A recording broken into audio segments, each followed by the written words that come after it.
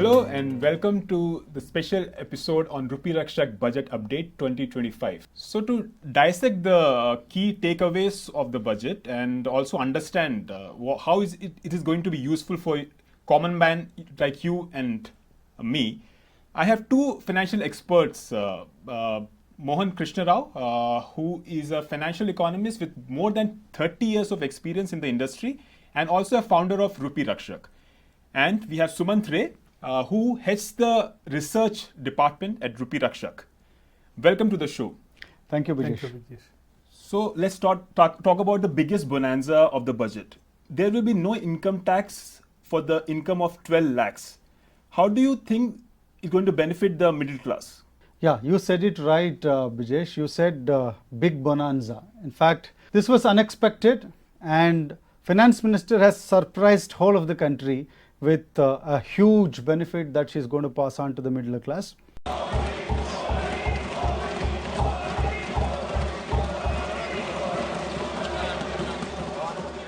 So, average income of 1 lakh per month other than the special rate income such as capital gains under the new regime. This limit will be 12.75 lakh for salaried taxpayers due to the standard deduction of 75,000. Slabs and rates are being changed across the board to benefit all taxpayers. Just to break this into simple things, what will happen from April onwards? Yeah. Just to recollect what was the status on this. The budget that was presented in July, after the new Modi government came into power in the month of May, and then July there was a budget. In that budget, if you see, it was up to 7 lakhs. In the new regime of the income tax, up to 7 lakhs, there was nil tax. Right. Now, moving from 7 lakhs to 12 lakhs straight away. And also there is an additional standard deduction of 75,000. So what does this mean? People who earn 12 lakhs and 75,000 rupees, they will pay zero tax. How the zero tax up to 12 lakhs means every month if you earn even 1 lakh rupees salary, how this will actually help the middle class is the question. Let me make it very, very simple. Now, if you look at the deductions has the standard deductions like the PF and ESI, whatever that is there, and then there is a TDS. Now, the TDS, let's say somebody's income is about 70,000 rupees gross income, and he would have at least about 3,000 to 4,000 rupees as a PF deduction, and he would have anywhere between 7,000 to 8,000 as a TDS. So, in effect, if it is 4,000 is the PF deduction, 7,000 is the TDS. So, 7 plus 4, 11,000. So, out of his 70,000 gross salary, it will be minus 11,000 rupees, which in effect he is going to get 59,000 rupees only. Now, start this April. Now, April salary will come in the month of May. Now, in the month of May, when you look at the salary slip for the month of April, you will be surprised that you will not get 59,000 rupees. There will be TDS which will be zero. So, for your gross income of 70,000 rupees, only PF deduction of 4,000 will happen. So, you will end up getting the salary of 66,000. In this case, the guy who was getting 70,000 rupees salary, but in effect he was getting only 59,000. Now, he will get 66,000, which is 7,000 rupees more. Imagine for someone who is earning 50,000 rupees, if he gets another 6,000 rupees more money in his bank account, and like that lakhs and crores of people, what is going to be the amount of money? And imagine that he is going to spend that money. So that's the huge effect. For the middle class, it means that you have more disposable income. A lot of people will get only half month salary in the month of February and March. Now, that will not happen in the next financial year, and that is the beauty, and that's a huge, huge gift of this new year gift. We just completed 1 month in this new year, and the finance minister has made one of the boldest, bravest and biggest decisions, and I am very happy about this decision. I never expected that this will happen. We even said when we did our video last week, market update, we said I am not expecting any major tax cuts. Something can be tweaked with other capital gains or something, but she didn't touch the capital gains. But It's a huge thing whatever she has done, and we should be really thankful to the finance minister, and it's a very well thought out plan. So another big change is the increase in the annual TDS limit on rent, which has been increased from 2.4 lakhs to 6 lakhs now. How do you see the people who are basically earning this rental income going to benefit from it? In fact, this is the second biggest bonanza that finance minister has given. The first big gift she has already given up to 12 lakhs, no tax. Yeah. Now the second one is a more irritation. This was an irritation for a lot of people. So what happens today, 20,000 rupees per month rent in a metro city or in any city for that matter is very much possible. If you have a 2-bedroom house in Bangalore, it will cost 23,000 rupees. A single bedroom house will get a rent of 16,000 rupees. In a good locality, it could be even more higher. Yeah. So if you have to get a rent of 20,000 rupees, there are more. In the previous regime, up to 2.4 lakhs, there was no TDS requirement for rent payment. Now, if it is more than that, normally it will be definitely be more for a lot of people who have 23,000, 25,000 kind of rent that they are getting. The tenant has to deduct the 10% TDS and only pay to the owner, which means where I am supposed to get 23,000, I am getting 2,300 rupees less. That means instead of getting 23,000, I used to get 20,700. So instead of getting 23,000 rupees rent, because of the current TDS rules, I was getting only 20,700. So 2,300 was added to my TDS account. And this money is locked with the tax department. Neither the tenant is enjoying nor the owner is enjoying. And this money is locked. Now what the new change has happened is, instead of 20,000 rupees per month, now up to 50,000 rupees per month, which is 6 lakhs is the limit per year, you don't have to deduct any TDS. For the senior citizens and all, the tax limits are very high. So with the rental income what they are getting, they don't have to file taxes. Just because there is a TDS, they are forced to file taxes at that age, and kids are somewhere else. This for them, it's a great amount of convenience. So it's wonderful, and we should really thank the finance minister. It's a big move, huge move, and removing the hurdles. Both these measures, one, expanding the limit of no tax from 7 lakhs to 12 lakhs and also increasing from 2.4 lakhs to 6 lakhs is a huge measure. And as a finance expert, I really thank finance minister for this, and it's a fantastic move, and I hope in the coming years this will only keep increasing. So we spoke about how these changes are going to help an individual. But if we talk about the overall economy, how do you see this extra cash in the hand of individual? How do you think it's going to help the economy grow? See, for the economy to grow, for the GDP to keep increasing, in fact, we have been seeing that's the biggest concern, the challenges, that the stagnation of the growth. So in the last 2-3 years, if we see, there is no big increase in the GDP growth. So it is just lagging around 6.5%, and it is a very important thing that you have to kickstart that GDP growth. Now, to kickstart that GDP growth, how is it possible? You have to bring in more investments. More investments could be the government spending or the private sector expanding, or it could be foreign direct investments, FIIs bringing in more money. One is through increasing the investments in the economy, other is increasing the spending. So if the spending is increased, that means you are actually increasing the demand. The other option is to increase the consumption. Either you increase the investment or you increase the consumption. Now increasing the consumption requires more disposable income. Increasing the consumption means increasing the demand. If 10,000 people are placing orders for food and they are going out for tourism and everything, now 20,000 people should come and place the order. That's how you increase the demand. If the consumption increases, that means demand increases, then the activity increases. Then automatically investments will increase, automatically the production will increase, the production capacities will increase. So for that it is important that there is more money coming into the economy. Now this measure of the finance minister to increase the tax slab from 7 lakhs to 12 lakhs, making it zero taxable, it put so much money in the people's account, month on month. Now, I was giving an example of 70,000 salary somebody is getting the gross income, where he automatically gets 7,000 rupees as an additional money left in his bank account. Now, what is he going to do with this money? Now, when you have more money, you will probably take even an EMI and credit card swipe and convert it into zero interest EMIs, and he will start doing it because he knows that there is more money available. So, it is going to definitely help the economy in terms of structurally increasing the consumption. And what will happen if the consumption increases is, like I said, the GDP, it's a big booster for the economic development, because for the GDP to grow, there has to be first the huge sentiment.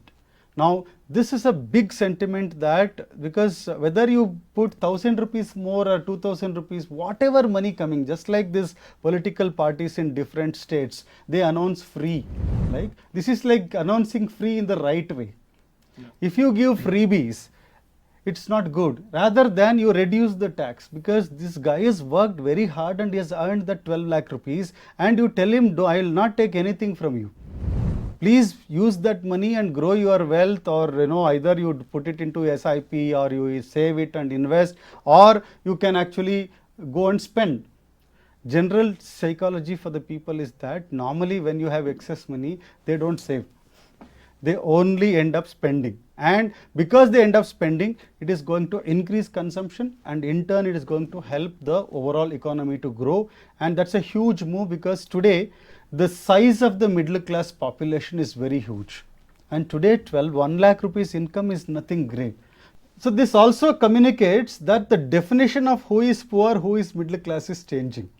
So slightly the middle class means, it is earlier we would say if you are earning 4-5 lakhs a year, you are a middle class. Now if you earn 4-5 lakhs a year, you are a poor person. So the definition is changing, which means that the India is growing and we are progressing, our income levels are increasing, and accordingly the tax levels also has to be changed. And that's the message. And for your question, in a nutshell, a positive ripple effect for the economy, and it is definitely a fantastic decision for the economy as a whole. And if it is for the economy, it is also good for the stock market. Suman, let me get you in. With this more cash in hand, do you see there will be some change in the investment pattern, or are we going to see the bounce back, the stock market bounce back now after all these corrections happened? Okay, so good question.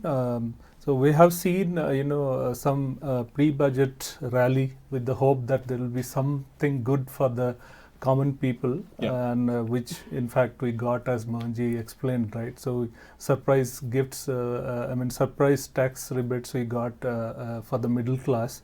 So that will definitely, help people take home more money. So take home more money means their purchasing power will increase, and they'll have a lot more money in hand to spend as well as invest. So when they spend, of course, that will help the consumption. So that will definitely, help improve the corporate earnings in the upcoming quarters. I'm sure that we are going to see that. We have 2 consecutive dull quarters. I'm sure with this tax relief, as the purchasing power of the middle class or the common man increases, the consumption also increases, and consumption power also increases, and in turn it will help boost more revenues for the consumption related corporates. So I think that will reflect in the upcoming earnings. That will probably boost definitely the positivity in the market. Currently what my thought is that, yes, as the purchasing power increases and they have more money in hand, the best thing is to invest in mutual funds and systematic investment plans people should go for. And of course, if people are interested in investing in direct equities, in our platform Rupee Rakshak, we have diverse equity portfolios or equity baskets which they can opt for. And if they are looking for some short-term income generation or short-term return generation, we have sectoral baskets as well, which they can opt for if as far as investment is concerned.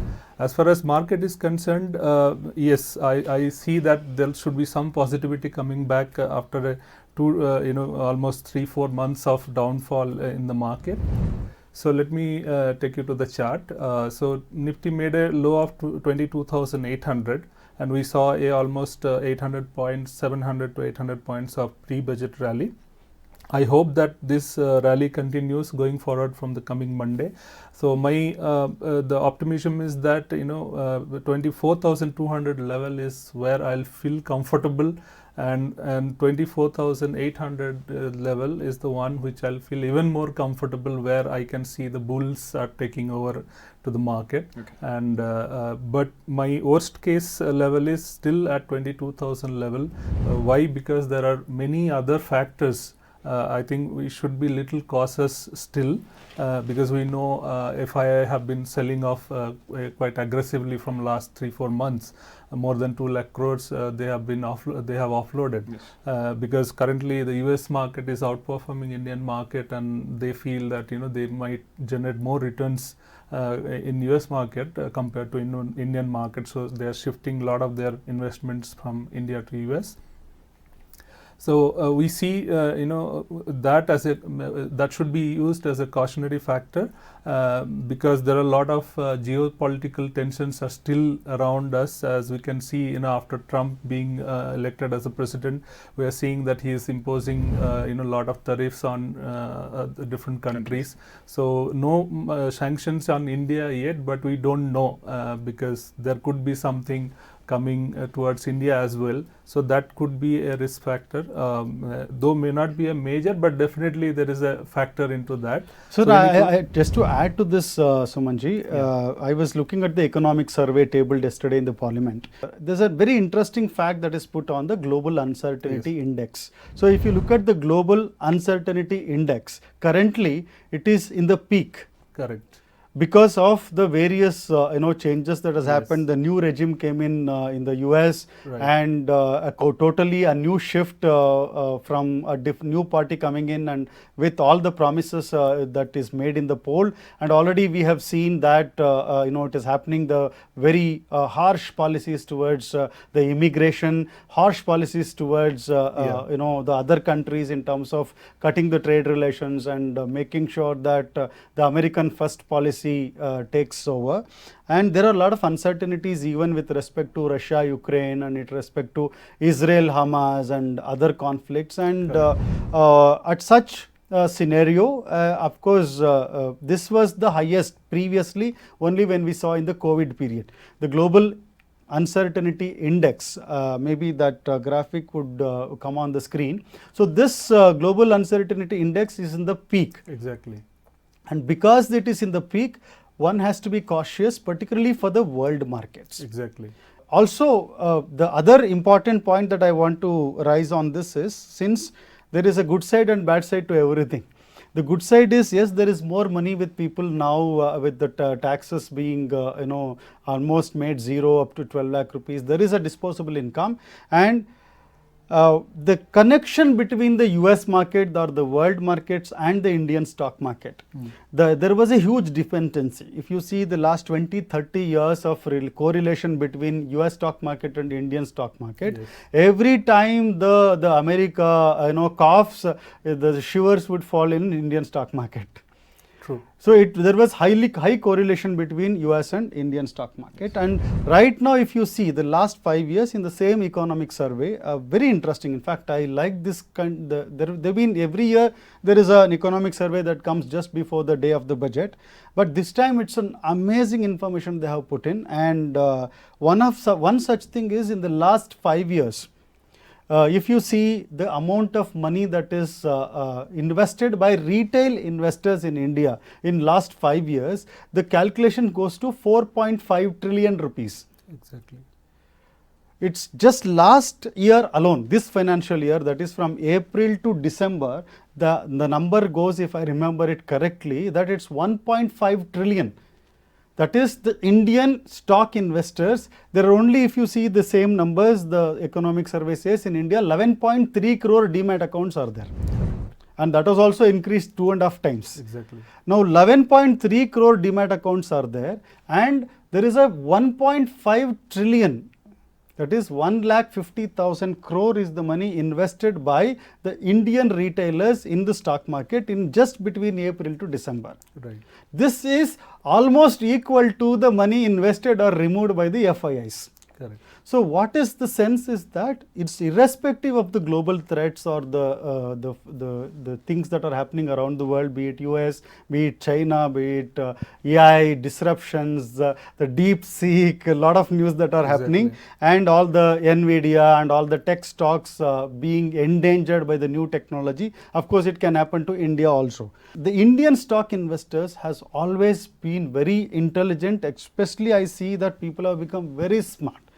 Earlier, when market falls 2 or 3%, everybody used to withdraw. Yeah. Now, reverse is happening. Every time market falls, they are investing. Right. Because the COVID has taught them the stock market. No YouTubers, nothing has taught them. It is their keen observation. Exactly. And they are surviving. They are sitting aram say, even if my portfolio is minus 15%, no problem. I know it will come back. And they are putting more money. So that is the knowledgeable investor. In such a scenario where they are getting additional money, I'm sure they are going to continue the same kind of vigor in the stock market investments, and despite the threats. So these two are contradicting things. I wanted to share it with you. Yeah, thank you, Mohanji. I think that's a very good explanation of the factors, key factors involved in the market, which we need to be little cautious with. So yes, so as I said, because of those factors, especially the geopolitical tensions and the tech disruptions that is happening in the, especially in the AI and in the hardware and quantum computing, right? So that is changing the IT landscape by a huge margin, and it is changing even faster than we can even imagine. And we see that China is suddenly coming up with far superior technology and beating the top tech giants in the US left and right, and India is lagging behind in the AI race, I think quite a bit.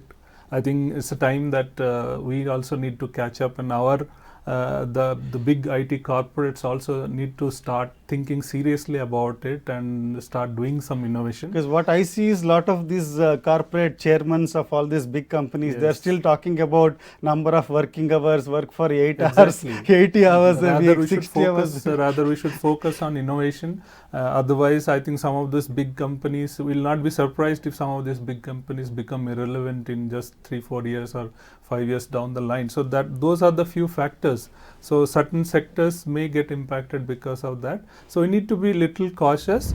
My worst case level is 22,000, as I mentioned in the chart. So if that happens, that is a golden opportunity, because right now market is at 10.6% negative. So another 4-5% drop, that will create a golden opportunity for the Indian investors.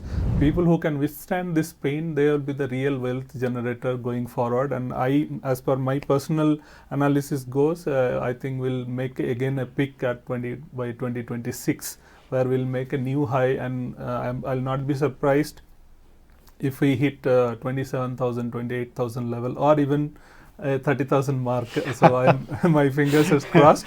So I think the two major thing is global uncertainties and the tech disruptions. So these are the two things that are will surely make us cautious, and because of that, I think SIP or the mutual fund investment is one of the best method of investments which our retail investors should focus on, or as I said, in the equity baskets that we have in our platforms. So I think that will be my suggestion. So Sumanji, that is a very, very encouraging thing to actually look at. So the projections from us is that, so we are expecting that in 12 to 18 months, the Nifty to hit once again all-time high. This time it may not stop at 25,000 or 26,000, it may go up to 28,000. So that is the upside opportunity, but it also comes with couple of the disclaimers. The disclaimer is that we should expect the GDP to actually grow quarter on quarter, and for the GDP to grow, we have other worries on the global side, which is the uncertainties in terms of the technology disruptions that are happening, then the trade wars that are already set fire on in terms of tariffs, wars and things like that. So if these two things does not affect much, with that disclaimer, we should expect Nifty 50 to hit 28,000 level in the next 18 months. So you have heard it. This is the time for retail investors to be strong and keep investing. So that's it for today. Thank you for watching. We'll be back next week. Till then, take good care of yourself and happy investing.